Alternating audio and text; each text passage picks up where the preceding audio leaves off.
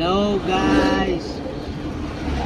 Magandang hapon po at magagabi na.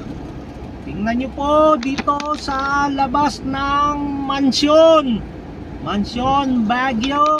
Yan po, napakaraming turista. Ayun po yung aso na si Beethoven. Ayun po yung fountain. Yan po ang fountain. Ang daming turista namamasyal sa mansion. Yan po, dumadaan sila. Munti ko na masagasaan kasi hindi